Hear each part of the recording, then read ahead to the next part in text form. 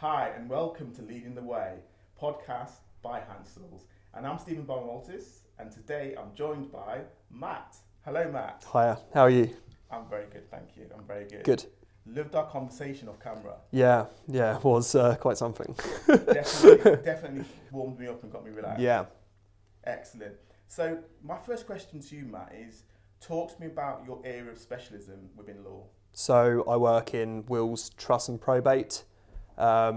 So it's an area of law that people try to put to the back of their minds, really, and unfortunately talking about depressing matters, about when they pass away, unfortunately when loved ones pass away. But yeah, it's very interesting. It's nice to connect with people and meet with a variety of different people, really, different clients. And how did you get into law? What was it that inspired you? So for me, I went to school, went to a normal school, did my GCSEs, but I really didn't want to go to university. I never felt at school I was academic. I always felt I was really hands-on. And the best thing that I did was work experience. When I was about 15 years old, keen hobby of mine is fishing. All my colleagues know about it. All I do is fishing, go walking, always in the countryside. And just 2 weeks engaging with people, working in a shop, really gave me the go-ahead of what do I want to do. I moved to Norfolk when I was 18. I wanted a corporate job, again, client-facing, and started working at Hansells on reception, and the rest is history, really. Wow, so you actually started on reception? Yes. I didn't even know that, man. Yeah. So I started in the one of our county offices along the coast. I didn't know what a will was, if I'm being totally honest, when I started just over 8 years ago now, and built up expertise from there and have studied in that time. But from the ground up. And how have things changed in that time, that 8-year period? How have things changed for you? So I've done a lot in the past 8 years, and having conversations today really makes me think, wow, okay, what have I done? And we're always thinking about what's next, and it's quite nice to have that reflection and say, okay, this is where I am, this is what I have done. So for me, on a day-to-day basis, I've gone over the past, when I started for about 3 years, I was on reception, seeing a variety of different people, and since then, in the deep end, really, seeing clients, managing their affairs, advising them. Quite a step up, but it's an enjoyable one. One of the things I often wonder about is how do you know what area of law you think you're going to be comfortable in? Is it one of trial and error? Do you do different? So I'm currently studying with Silex. So with Silex, there are a number of different units. So I'm currently studying criminal law, which is the other end of the scale, really, and property, etc. When I was working in our county office, the base there was wills and probate. So the majority of clients that came in were grieving or planning their futures, and I just found it really interesting, really. And I have helped and different files, etc., of property, but for me, I know where I'm comfortable and I know what I enjoy. It's quite a tough one, is it? Quite a tough subject matter, and I guess you're dealing with a lot of time grief, dealing with people that are mentally in a difficult situation. Yeah. What do you do to sort of comfort people in? I think we're all human, really, and I'll be lying if I said that I haven't had cases where during or after the meeting you go, whoa, okay, it does take you back. But I think just being that person there, instead of advising someone, you're guiding them. And if they are grieving and have lost a loved one in a couple of weeks' time, some people just want to get everything done, and that's the way they're thinking. Other people don't want to face up. So it's just being there really to someone to speak to, a sounding board, and just take the weight off their shoulders, really. I think it's just something you get used to, really. But it's something I'm very comfortable doing. Is there training for that, Matt? No. It's learning on the job as such. I think if you, as I say, like a human level, if you're working on a human level, you can sympathise with someone. I think everyone, I don't know anybody who hasn't experienced grief in one way or the other. So it's just understanding where someone is. But no, there isn't formal training. And that's something quite important to highlight. Isn't Yeah. it? That within that area, communication and talking is critical, but there's not necessarily training for that. No. So it's something that you definitely have to sort of build. Yeah. As you build your confidence. Yeah, certainly. So to me, that sounds like quite a difficult job, a tough job, a job where emotions must run high. So what do you do to sort of, when you're not working and you're away from work, what do you do to sort of help yourself?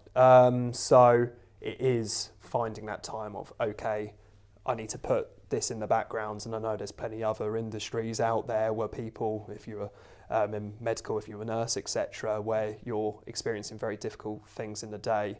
I think for me, really, it's my hobbies and my passions outside of work. I feel like I'm a very passionate person, so I do put that into my work and helping clients, but then I have my other passions outside of work.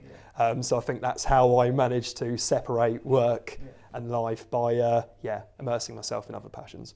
And I think that's really important for, and I hope you don't mind me saying this, for young people, that are in jobs that can be quite mentally demanding, that you have something outside and work, something to sort of do. Would you say that's right? Right? I think it could be quite claustrophobic, really, and you can find yourself just too immersed in what you're doing, and you can't separate yourself. And I feel, really, in a relatively short period of time, I say 8 years, I've been really managing my own files for about 4 or 5 years or so. But I think over time you just realise you have to just leave some things where they are and pick it up the next day, really. You get used to it. You learn by mistakes in life. Well done you, because I would imagine that's something that you have to really think about, and something that you have to sort of, like you say, separate the balance. Yeah. Do you think you got the right work-life balance as a young man? Yeah, I believe so, yes. As I say, I could say early in my career, so doing my studying as well. I love my job and I work very hard at it, but I'm always kind of involved in it, because even evenings and weekends I'm still studying, but it is good to have that balance. And I think it doesn't matter what you like doing in life, your passion's outside work, football, whatever it might be, it's definitely dedicating time to yourself. Well, I've been in and around you maybe for about 5 or 6 years now, and one thing that really stands out, you're always very sharply dressed, always. And then we always have a bit of a laugh about it. Yeah. But, when you think about solicitor, that you don't always think about solicitor being, sharp. You sometimes think about them wearing some old stuffy suit. Yeah. So, talk to me about that. The way you look, is that important to you? I guess so. I think I said at the start of this conversation, really, I wanted a job seeing people, and part of it, I wanted to have a job where I could dress up for work. We do have a laugh about it. I don't think I am snappily dressed, but all my colleagues take the mick out of me for such matters, really. It's one that I love. I think, I've worked in sports and different disciplines where what you wear is really important to you in terms of your confidence. Yeah.